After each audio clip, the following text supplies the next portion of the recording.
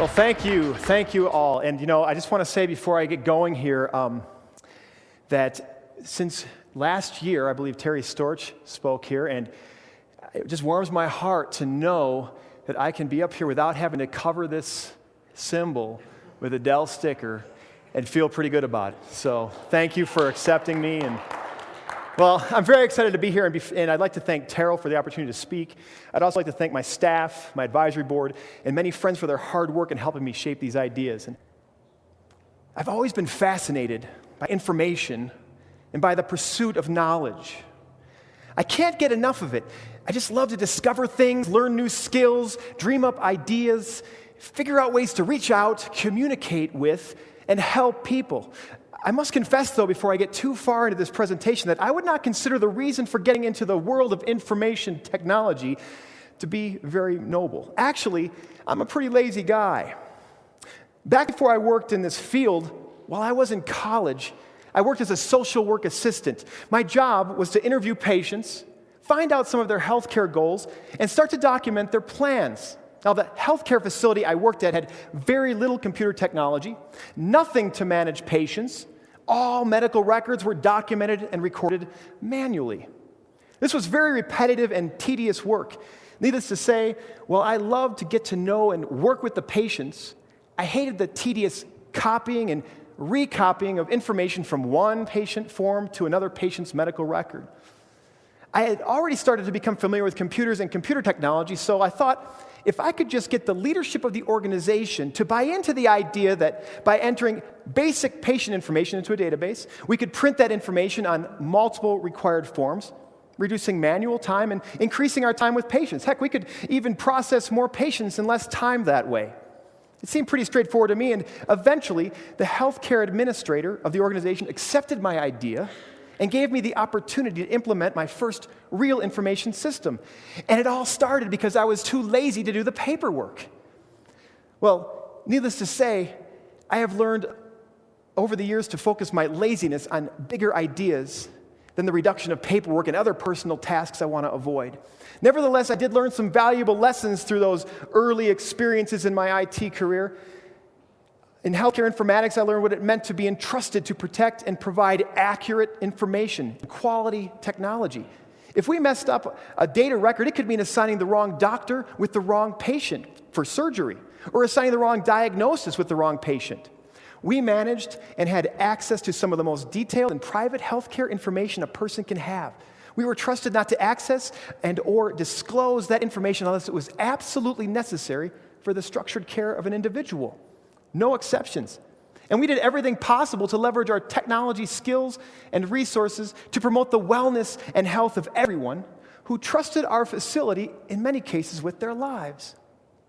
Over the years, I've expanded my thinking on this subject, and like many of you here today, I have observed that the wrong information in the right hands could hurt thousands of people. I've also reasoned that the right information in the wrong hands could kill millions, for by the same scope and measure that technology can help us improve the quality of life on our planet, it can also be used to destroy life on our planet. Now, I don't think I'm saying anything new when I say that over the years I have discovered that information and knowledge can be powerful, and that technology can be an intense accelerant and multiplier in terms of the exponential absorption, application, and ultimate impact that information and knowledge can have on society. In simple terms, it can dramatically facilitate our efforts to do good. Or like a friend of mine, Glenn from my team, says, if you're going to sin, technology can help you sin a lot faster. It is precisely that potential positive or negative impact that the combination of information and technology is already having on society that brings me to my first topic. Sociology. Now, I don't know about you, but in our weak moments of never-ending support and all-night implementations, my colleagues and I have often joked that all the systems we support and all of the solutions we provide would be perfect if it wasn't for the users. Of course, we know that everything we do to leverage information technology, everything we do is for the purpose of helping people. With that in mind, I guess I follow the notion that the field of information technology is and always has been a social industry.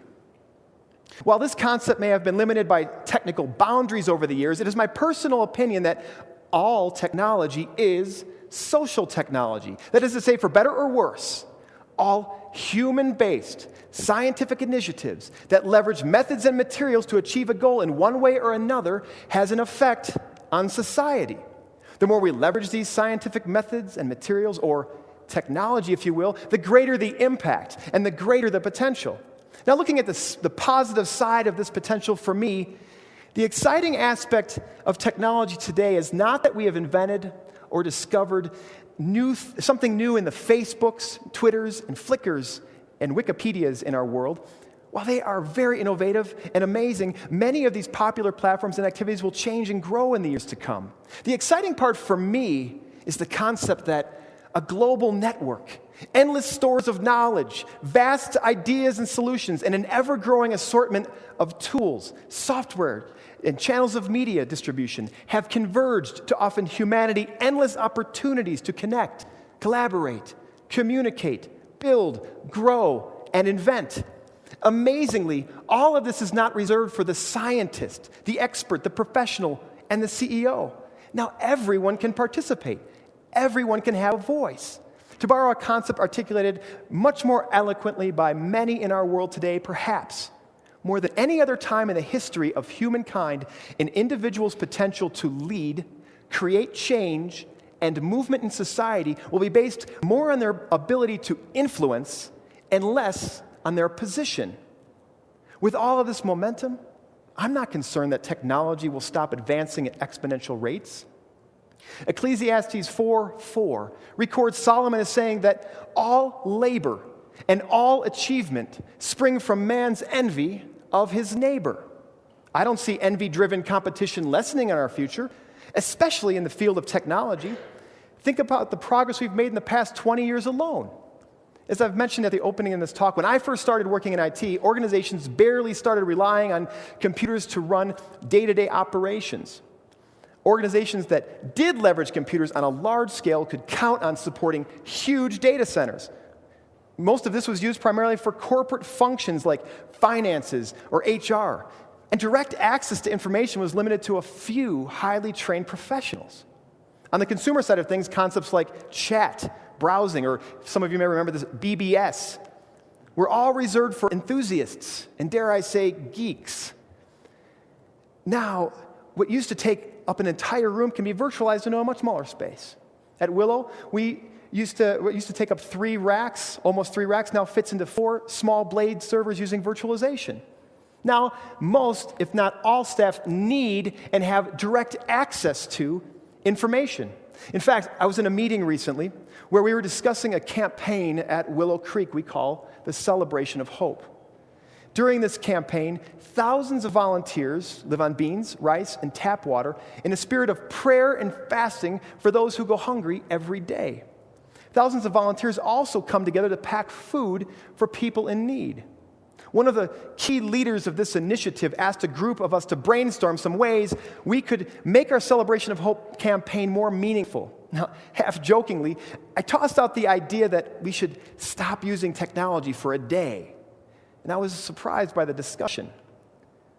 One person in our group told me that in order for our church to do something like turning our technology off for a day, the church would have to pay the staff to have a day off. Well, I have a great deal of respect for this person, and it's not my intention to start a debate as to whether they have the right perspective or not. It's just very interesting to me how the perception and reliance on technology for daily life has changed.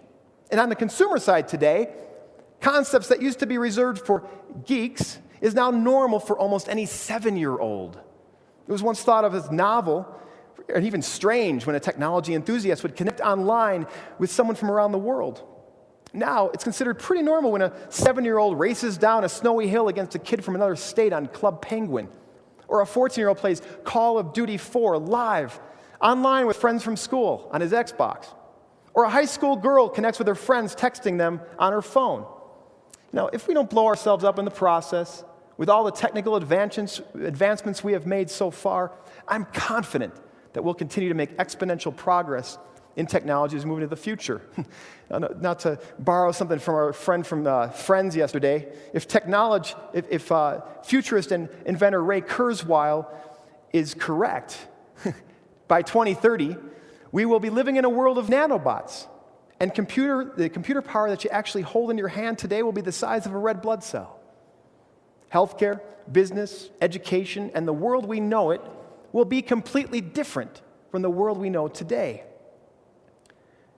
The questions I have about all of this are, with all the amazing ability we have to connect, communicate, and participate as a global community, with all the potential we have at the individual level to influence the world around us, are we ready for the responsibility? Are we willing to make the most of this to really make a difference? Are IT leaders and professionals ready to embrace, support, and even provide leadership and innovation in this ever-changing technological landscape? Do most organizations, including the church in our world today, have a true understanding of the risks and opportunities that are before us in our connected world? It's been very interesting for me to watch organizations struggle through the process of figuring out the right terms and values to place on these new innovations in technology. On one hand, we have the classic corporate point of view.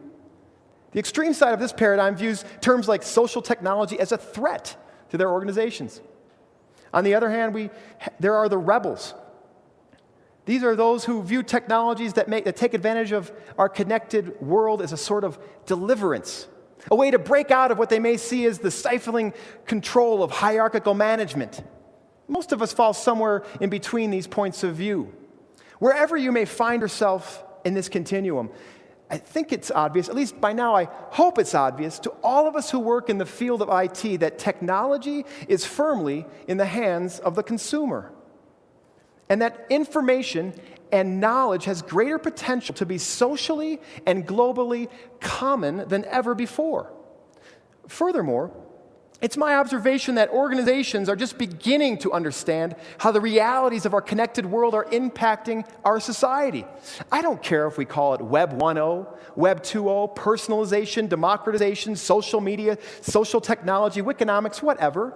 The truth is that information, knowledge, connectedness, community, and the pursuit of growth and movement towards something better and bigger than ourselves at all levels, for better or worse, has been the part of the human experience since creation. The reality is that technology has made access to and participation in knowledge, connectedness, community, and the pursuit of growth and movement towards something better and bigger than ourselves, potentially accessible to all, even in our present age. With all this in mind, I want to challenge all of us in IT not to abandon the good practices that we have developed over the years for managing secure and reliable quality information and technology, but to expand our thinking to the realm of sociology. It seems to me that sociology is rapidly gaining expertise as technologists, or society is rapidly gaining expertise as technologists in their everyday lives. Information technology leaders and professionals would do well to move just a few steps toward becoming sociologists in their professional lives. Information and technology has become so intertwined into society that I believe we in IT, and in this case, organizational leadership as a whole, must move beyond platforms and preferences and focus on the simple basics that create social change and movement in our world.